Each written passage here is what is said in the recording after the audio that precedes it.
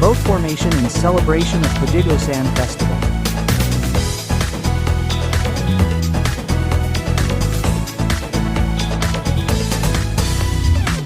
Aninaw sa banglaing higidon, diin kitang tanan magtigom-tigom, managlahing gigikanan, usara ang padulngan, usara nga dakbayan. Dinhi sa Digos ang tanan naghudyaka,